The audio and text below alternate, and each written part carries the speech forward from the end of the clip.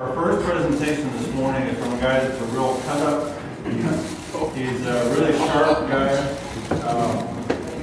And I'll just end it right there. His business is helping people make a lot of money by staying sharp, staying on the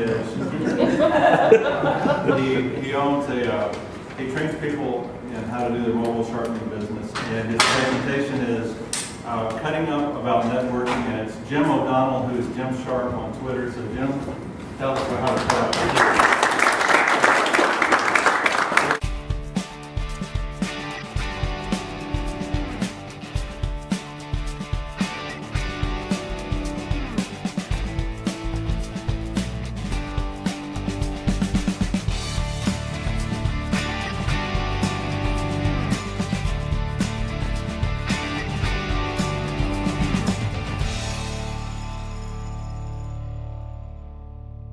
Yes, I'm a scissor sharpener.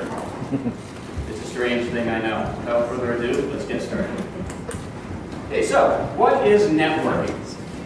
Well, Trey asked me to talk about networking, and quite simply, it's just people meeting people. People actually interlinking with one another and getting to know one another. That's really all that networking is. It is not a difficult thing to define. You already do that now anyway. You do it at the gym, you'll do it at church, you'll do it at social events, sports clubs, trade shows. There's lots of places that people network now. Of course, we don't necessarily call it that. We actually just call it building friendships and making relationships. But that's really all that networking actually is. So for me, one of the things that I do a lot of networking on is planes. And when I travel on a plane, I meet some very interesting people. One of my best customers came from the plane. It was a lady who runs a craft company, and she orders about $500,000 worth of scissors from me now, this lady that I met. I also met some real nitwits on planes as well, because there's some that think a lot of themselves. In fact, they're probably going here. And the guy that I met was in first class. He was there because he paid. I was there by accident. He was making sure that I knew how important he was. He finally asked me, "What is it that you do?" And I said, "Well, sir, I'm a scissor sharpener. The food in first class sure is good, ain't it?" He didn't talk to me the rest of the flight. Now, I may have dug myself a hole with this individual, but that's not the point of this slide is. The point of this slide is to dig your well before you get thirsty. And we've probably heard of that before. There's a whole book about it, and it's good advice. It's something that we need to do as business people in order to grow. So, networking isn't just about you. And it's something that you need to do as well. You need to do it to get known, and you need to do it to get to know people. And this is important in business. It's also not just about you. It's about other people in your network as well. So you need to reach out to them and see how you can help them. All people work together. Where do I start? This is a big question that a lot of people ask. And quite frankly, you're already doing it. You have people already in your network. It's called your comfort network. Family, friends, people that you know from work. The trick with networking, though, and bringing it beyond that, is actually doing something else, which is getting the word out. You want to make sure that you let people know what you need, and you need to find out what other people need, and then start using your personal network to start actually helping people, and that's going to help you grow your network over time. Now, once you've done this, you really need to probably think about not just standing there at things like a networking event.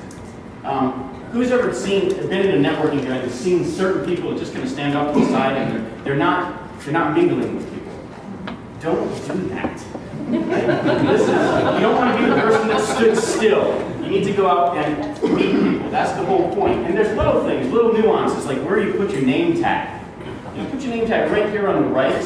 When you reach out and say hello to somebody, where's my name badge? Right in front of his face. Another thing that you'll need too is a 30-second commercial. I wouldn't have time to go into that, but you can look it up online. And there's lots of places that you can learn how to do a 30-second commercial. The other thing that you're going to want when you go to a meeting like this is have a list of names of people that you want to meet. What this helps you do is break out of that comfort zone. You don't want to go and meet other people a lot of times. It's an uncomfortable situation. We tend to hang out with people that we know. If you have goals, you'll actually move forward. So get a list of people that you want to meet. Internetworking. It's a new term, and it's something that you can do right from your desk at work. And this is the new way to do networking. And there's lots and lots and lots of options of places that you can go online to build networks and meet people. In fact, some would say there's almost too many.